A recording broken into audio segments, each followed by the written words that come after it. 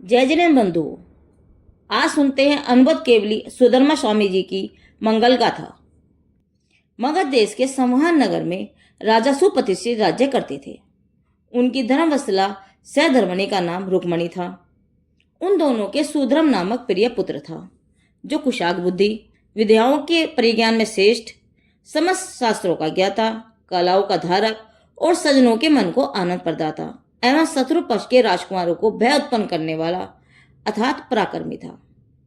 एक दिन समोशन सहित भगवान महावीर के मंगल शुभागमन के समाचार सुनकर राजा सुप्रतिष्ठित सपरिवार प्रभु की वंदना एवं धर्मोपदेश के लाभ की भावना से समोषण में पहुंचा।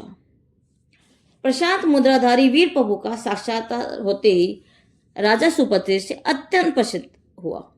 अहो, जैसे रंग पुरुष चिंतामणि को पाकर निहाल हो जाता है, उसी प्रकार वीर प्रभु को पाकर उनके दर्शन करके राजा को परम आनंद हुआ।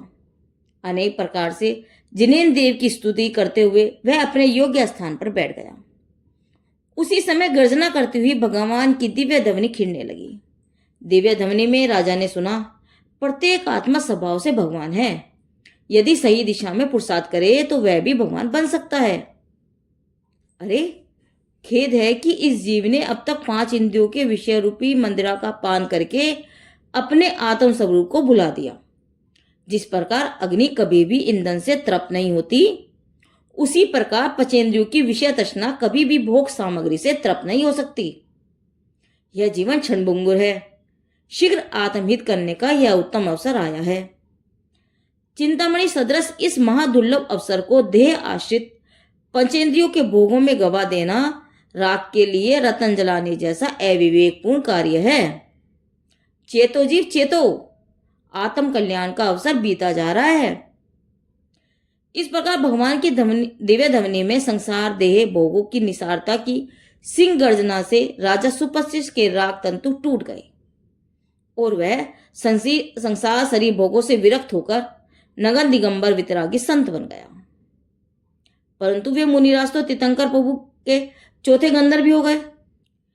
अपने पिता को भव दुख विनाशिनी जिन दीक्षा से सुशोभित देखकर सुधम कुमार के मन में भी वैराग्य भाव उत्पन्न हो गया। कुमार विचारने लगा, अरे, अनंत संसार में परिभ्रमण करते हुए मैंने अनंत बार अनेक प्रकार के मनोरम भोग भोगे, अनंत बार बाह्य राज्य वैभव को भोग किया, किंतु चैतन्य पद का राज्य आज तक प्राप्त नहीं कर पाया। अब तो इस मनुष्य भव में मुक्ति वधु के स्वयंवर स्वरूप भगवती जिन दीक्षा का मंगल अवसर आया है। मैं भी आज ही भगवती जिन दीक्षा अंगीकार करूंगा। इस प्रकार चिंतन करके सुधर्म कुमार ने भी जिन दीक्षा अंगीकार कर ली। जिनकी वर्ती आकाश के समान निसर्ग और वायु के समान निर्लेप है, ऐसे मुनिराज सुधर्म स्वामी मुनि संघ के साथ विहार करने लगे। जहां जहां भी मुनिराज श्री के चरण पड़ते, वह धरती धन्य हो जाती। मन में जाति विरोधी पशु भी मुनिराज की परम शांत मुद्रा को देखकर पारस्परिक वैर भाव का परित्याग कर देते। एक बार शत्रुमेध कंचन कांच महल शमशान के प्रति संभावी मुनिराज सुधर्म स्वामी विहार करते करते राजगिरी के उद्यान में पधारे। मुनिराज के शुभागमन से सारा वनोत्सव बन गया।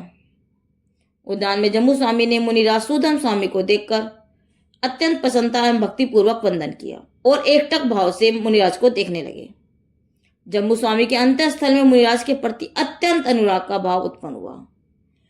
इस कारण उन्होंने पूछा, हे प्रभु, आपके दर्शन मात्र से मेरे मन में आपके प्रति बंधुत्व का अनुराग उत्पन्न हुआ है। इसका क्या कारण है? सुधर्म स्वामी ने कहा, हे वत्स, यह स्नेह का बंधन भी अद्भुत है। मैं पूजन के तुम्हारे भाई भवदत्त का जीव हूं, जो राजा वज्रदंत का सागरचंद नामक पुत्र था और वैराग्य पाकर जिन दीक्षा अंगीकार कर आत्म साधना अपूर्ण रह जाने से जो ब्रह्मोत्तर स्वर्ग में देव हुआ था। तुम भवदेव के जीव हो, जो महापदम राजा के शिव कुमार नामक पुत्र थे और अपने पिता के मोहवश जिन दीक्षा अंगीकार न करके घर में ही पुराने पात्र में प्रासुकाहार लिया करते थे। तुम वहां से चहकर जलकांत विमान में 4 देवियों से युक्त विद्यमाली नामक देव हुए थे और अब वहां से आकर वणिक अहर्तदास के पुत्र जम्बू कुमार हुए हो। इस प्रकार पुभव का पारस्परिक संबंधी अनुराग का कारण है। अपने पूर्व भव का वतान जानकर जम्बू स्वामी को बड़ी प्रसन्नता हुई। एक बार सुधर्मा स्वामी संघ सहित विहार करते हुए उड़ देश के धर्मपुर नगर में पधारे और समीपवर्ती उपवन में स्थित होकर आत्म साधना करने लगे। उड़ देश के राजा का नाम यम था।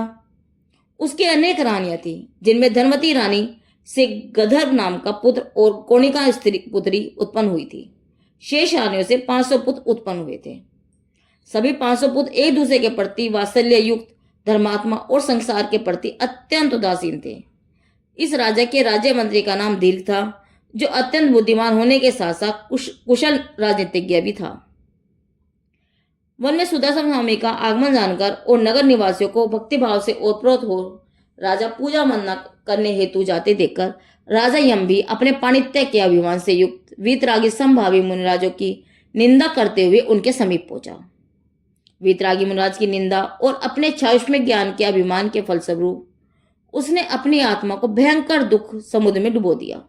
अरे, धर्मात्मा का अवर्णवाद वस्तुतः धर्म का ही अवर्णवाद है, जिसका फल अनंत संसार की दुखमय दशा में परिभ्रमण करना होता है।